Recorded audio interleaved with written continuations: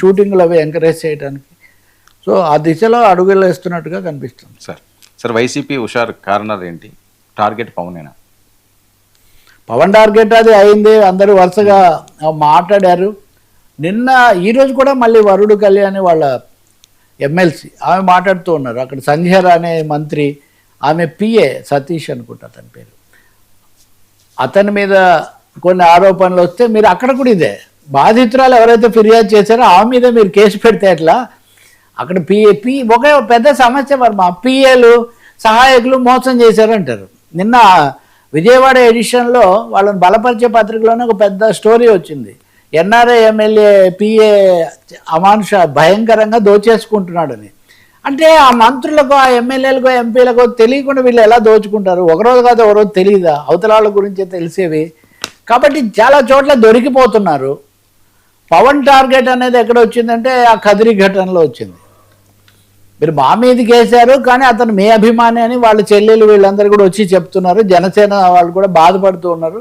అటువంటిప్పుడు మీరు వాళ్ళని కొట్టి ఇవన్నీ చేస్తే మీరు నోరు మెదపటం లేదేంటి అనేటటువంటి పద్ధతిలో చాలా విషయాల్లో ఈ పీపీపీలైనా ఇంకొకటైనా గతంలో మీరు విమర్శలు చేశారు. ఇప్పుడు తెలుగుదేశం అనేకం బయటకు వస్తుంటే మీరేం ప్రశ్నించడం లేదు అనేది పవర్ను టార్గెట్ పెట్టుకొని మాట్లాడుతుంది ఒకటి.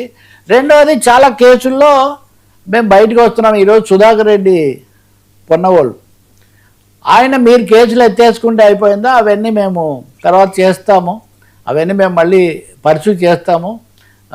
ఢిల్లీ హైకోర్టు కూడా టీటీడీ విషయంలో కూడా అక్షింతలు వేసింది కదా. సో మాకేదో కొన్ని అనుకూలంగా వస్తున్నాయి. విద్యుత్ రేట్లకు సంబంధించి కూడా మాకు అనుకూలంగా వచ్చింది, పీపీపీలకు ఎవరు రాలేదు. సో మా మాటలు పనిచేస్తున్నాయి అనే ఒక హుషారులో వచ్చినట్టుంది. రెండో జగన్ ఇప్పుడు క్రిస్మస్ వేడుకల కోసం పులివెందులు వెళ్ళి అక్కడ కలుసుకున్నప్పుడు ఇప్పుడు వైఎస్ షర్మిల కూడా శుభాకాంక్షలు పంపింది. ఆమె కూడా మా పార్టీలోకి వస్తుంది అని ఆ పార్టీకి సంబంధించిన ఒకరిద్దరు చెప్పడం. సో కొన్ని పరిణామాలు అనుకూలమైన దిశలో నడుస్తున్నాయి. పాత వాళ్ళందరూ మళ్ళీ తిరిగి వస్తున్నారు. నిన్న కూడా ఈ గుడివాడ అమర్నాథ్ వెళ్ళి ముద్రగడ పద్మనాభాన్ని కలుసుకున్నారు.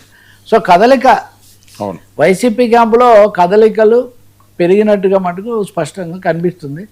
నియామకాలు కూడా చాలా భారీ ఎత్తున చేస్తున్నారు. తెలుగుదేశం పార్టీ కూడా సంస్థాగతమైన ఏర్పాట్లు చేసి ఇటు పార్లమెంటరీ నియోజకవర్గాల వారీగా అభ్యర్థులను నిర్ణయించడంతో ఒక విధంగా బలాబలాల మొహరింపు, ఎవరిని ఎలా ఎదుర్కోవటం అనేది కూడా కొంచెం క్లారిటీ ఇన్ పొలిటికల్ సిచ్యువేషన్ వస్తూ ఉందన్న అభిప్రాయం దీనికి ఒక కారణంలా కనిపిస్తుంది.